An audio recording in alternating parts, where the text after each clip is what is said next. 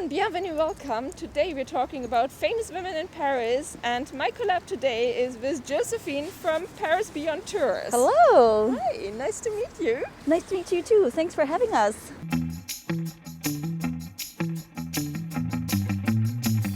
My name is Josephine and I've been a tour guide in Paris since 2015.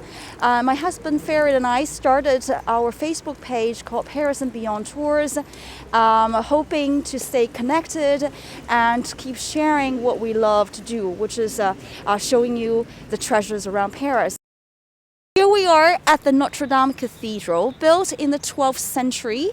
It's been the seat of a bishop up until the French Revolution. And we're looking at the western facade of the church. It's divided into 3 portals. And I want to show you one female figure that's portrayed on the first portal, Virgin Mary's portal, right here. So she is called Geneviève, in English, Jennifer. Did you know she was actually one of our 2 patron saints of Paris? The story of St Geneviève took place in the 5th century, and she was this girl from an aristocracy family born in Nanterre, and she was very pious and religious. She came to Paris and she became a nun. And in the year 451, the horrible news of Attila the Huns with the ruthless army that was about to reach and attack the Parisians arrived in Paris. The Parisians were so fearful of their lives, they decided to abandon their homeland and they were fleeing from the city.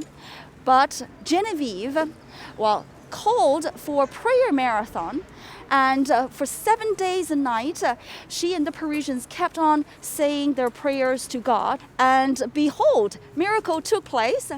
Attila the Hun and his army reached the eastern edge of the city, but they decided to turn away. And because of this prayer marathon and the piety of St Geneviève, she saved Paris for the first time. And she actually saved Paris for another time, a decade later, so when Paris was under siege by another Frankish king. And this is why she's being honored on the facade of the Notre Dame portal. Well, it's a bit tricky to see the details, but hopefully when the Notre Dame reopens, you will be able to see that besides her shoulders, there are actually 2 little figures topping over. One is an angel and the other is a demon. The demon is constantly blowing out the candle and the angel is constantly reigniting the candle. And on her right hand, she's holding a long candlestick. So this is, and on the left hand, a copy of the Bible. This is a message reminding us it is always a constant battle between the right and wrong, between good and evil. I have 2 comments. Yeah. First of all, this doesn't look like a candlestick at all. Yeah, I know, it's really long. And then I guess the people from Orléans, they don't like her as much as the Parisians, right? Because if the Huns turn away... It's true. Well, because they were richer, so... Yeah. I guess, I can imagine Orléans didn't have such a high wall as Paris, and so it was easier. They didn't have Geneviève, you see. Yes. That's why she became our patron saint, not the patron saint of Orléans. Yeah. So we're lucky very much to have her. And also because of her, France had this long tradition of being in the Catholic kingdom. It's actually thanks to her piety as well. Yeah. So one of her big followers was our first queen of the Franks by the name Clotilde. Ah. And Clotilde married the first king of Franks, Clovis. Yeah. Well, because of course, King of Franks gave the name to our country, France, or Francia, Kingdom of the Franks. And Clovis himself, however, he was a barbarian. He came from the tribe, the Frankish tribe, but being married to Clotilde, right, she successfully converted Clovis into a Catholic. And this is the reason, right, since the 5th century, so we have this very strong tradition of the Catholic religion. So, yeah, after the death of the king and the queen, Clovis and Clotilde were both buried in the church of St Geneviève that they built for her. I see. So we have moved. We are now near the Conciergerie and the Palais de Justice. So right, we're still on the same island, Ile de la Cité, the birthplace of Paris. This is where the first settlement named Parisi that settled. And when they were conquered by the Romans had their governors stationed in the building, well, behind us. And when Clovis, the first king of Franks, made Paris the capital, this is also where he built his palace and stayed here for a couple of years. So, long story short, in about 1,000-year time, the King of France will abandon this palace and move to the new palace at the 12th century, the 1500s, which is the Louvre. And when they left, what was the fate of this building here? Part of it became a Supreme Court. It was called a Parliament. And during the French Revolution, was the trial court for all the political enemies of the revolution. So you have well heard maybe Marie Antoinette. She stayed for 40-something days at the end of her life in the conciergerie. But a lesser told story of another female prisoner here was by the name Olympe de Gouge. So she was herself a revolutionary, but she was particularly interested in defending women's rights. She actually published a declaration on the rights of women and female citizens. And because of this publication in 1791, she was locked up in the conciergerie and sentenced to the guillotine. So she is a forerunner of the women's rights in the history of Paris. So, yeah. Oh. I hadn't heard about her, so I guess they were effective in shutting her off. And yes, because we had, of course, the Declaration of the Rights of the Man, but in the 1700s, 18th century, it was not a very equal status. Yeah, I can imagine that. Yeah, and do you know anything about her background, where she grew up, how she became a revolutionary? Yeah, she was an illegitimate child. Born in a city called Mont, the same city as the great painter Ingres, in fact. And she was married young against her will, but her husband died the following year. And even though she had a very wealthy lover, she refused to marry herself again. And she had a son with her first husband, and they came and lived in Paris. So she started the salons. She was a playwright, and she has written several books as well. And she became very politically engaged when the political tension was rising in the years of the French Revolution. Yeah. So. And if you have watched my channel, there is a video about Marie Antoinette and her last race, so from the conciergerie up to the Place de la Concorde and to the guillotine. And there's also a section about Charlotte Corday, which I'll link up here. So here we are in the Latin Quarter on the left bank. Behind us is the legendary University La Sorbonne, founded in 1257. And joining me is my husband, co-founder of our boutique agency, Paris and Beyond Tours, Ferit. Nice to meet you all. It's the second oldest university in Europe, founded in 1257. Since then, it has attracted talents from all over Europe. Students from Rome and Athens would come here to study theology and so on. Because their common language was Latin, this is why the whole neighborhood is then coined as the Latin Quarter. While most of the graduates here went on to become famous men, there are, however, a certain lady by the name Simone de Beauvoir. And we'll ask Ferit about Simone de Beauvoir. Yeah, so Simone de Beauvoir, if you want to get introduced to French literature and to actually feminist literature, which she was not attempting to, you have though to read what we call Le Deuxième Sexe, which is a book in 2 tomes, which is inscribed into the existentialist movement. And you really have to dive into this book. She tries to depict the myths, the reality of the feminine condition throughout history.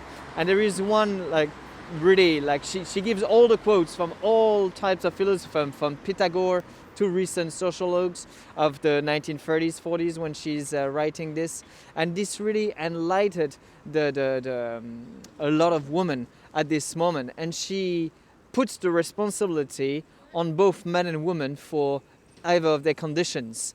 And her goal, she doesn't have a real goal writing this book, but describing what the situation is. She doesn't want to create a movement behind her, but yet this book is a fundamental to understand the woman's condition, actually. So the name of the book is called? Le deuxième sexe, the other sex, the second sex. And was she born and raised here in Paris? Yeah, born and raised in Paris. And she had a really interesting life. She was from a well-off family, which actually lost its position. The first apartment they lived in was in Montparnasse, and then they moved to Rue de Rennes to a smaller apartment, 5th floor, no elevator, because some members of the family got bankruptcy. And her father once said that the girls, because she had a sister, will have to work. And he, for himself, for the father of Simone de Beauvoir, theater was and writing were the most noble jobs, the most noble work that there were. And she realized when she was 15 years old that this was the profession she wanted to study. Instead of studying literature, though, because everybody in the 1930s, 40s, 50s was saying that studying literature at La Sorbonne would like destroy all the moral in one's life, she went on to study philosophy, and she became a professor of philosophy. Her nickname was the Castor, and this nickname was given by Jean-Paul Sartre and others. Why Castor? Because Beauvoir, like my wife loves to pronounce it, sounds like beaver in English, and so her nickname was Castor. And she went on to write many essays and books that were like really enlightening on women's condition. So really, really amazing woman, and she's one of these great pillars of Saint-Germain-des-Prés. She's known as well to be like a binôme, like a partner in crime with Jean-Paul Sartre, and they were together holding up the Saint-Germain-des-Prés neighborhood for a good 30 years until the 1980s. So now we're in front of Saint Etienne du Mont church, which is a church started by Francis I in the 1500s, finished by Louis XIII in the 1600s. Originally there used to be two churches, one next to another, and that tower here is called La Tour Clovis, which is now part of what used to be an abbey and today's Henry IV high school, which is one of the best high schools in France. We're at the very top of what we call La Montagne St Geneviève. The Pantheon is a church that was supposed to be built for St Geneviève, and we have to talk about her again, because St Geneviève was kept in a reliquary inside Saint Etienne du Mont church for quite a certain time, until the French Revolution kicked in and revolutionaries came inside her church, took the sarcophagus that the saint was buried in, and took the body out. A priest managed to save one finger of Saint Geneviève, and this finger is still visible at the back of this church and in the choir part behind the only rood screen of the entire city of Paris. So I really encourage you to come inside this church and look for this relic. It's still a kind of a pilgrimage inside in Paris.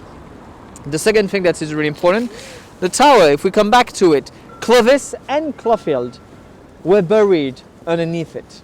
We have maybe found the remainings of Clotilde, but we never found the body of Clovis. And Clotilde is rather an important character. As you may remember, Josephine told you that she was the pupil, kind of she was mentored by St Geneviève. And she's the one who, with time, managed to convert Clovis to Christianity. So without her, Clovis would have never become a Christian as we know it today, and France would not become a Christian kingdom. We are now in front of the Pantheon, which was supposed to be a really amazing church built by Louis XV after he recovered from a disease. They decided to transform this church, St Geneviève Church, into the Pantheon in 1791. What's written on top of the column says, "Aux grands hommes, la patrie reconnaissante." To the great people, the nation is thankful. It's a sign of recognition to be buried in it. And until Marie Curie, only one woman had made it there, and she was called Sophie Berthelot. She was only there because she was the wife of Berthelot, a chemist, who was also a politician, and she was accompanying him because of their wish, and she was recognized as a good wife. And only few women made it inside the Pantheon. But what the Pantheon didn't realize is that it was already starting kind of a promotion to women. Inside the Pantheon, there are two major characters that are put in front in terms of stories, in terms of history of Paris. These two characters are Joan of Arc and St Geneviève. The most important frescoes on the wall of this church are these two women. And even though we had to wait the 1990s for Marie Curie to finally make it inside, the Pantheon is starting to evolve. But I will leave Josephine to talk about Marie Curie and Simone Weil right now. Out of the 5 women who are entombed in the Pantheon, probably the most famous is Marie Curie. She wasn't born French. In fact, she was born in Poland, and she came to Paris to study. Together with her husband, Pierre Curie, they actually co-shared the first Nobel Prize in 1903. When they were nominated for the Nobel Prize, the assembly in Sweden actually did not want to award the prize to Marie Curie. It's because of the protest by her husband, Pierre Curie, that they actually finally agreed to co-award the prize. And about a decade after the first Nobel Prize, Marie Curie is the first woman and the only person in the world who's been nominated, who actually have been awarded the Nobel Prize for the second time and in a different field. If you like the video, then please give it a thumbs up and comment down below. And please come over to visit our Facebook page, Paris and Beyond Tours, and subscribe to our YouTube channel, Paris and Beyond Tours as well. Every Saturday, we offer free live streaming walking tours around Paris or webinar tours on a focused subject. So I'd like to see you there. Au revoir. Down on every Paris street, always something new to meet. Paris stands for all to see, with her ancient history.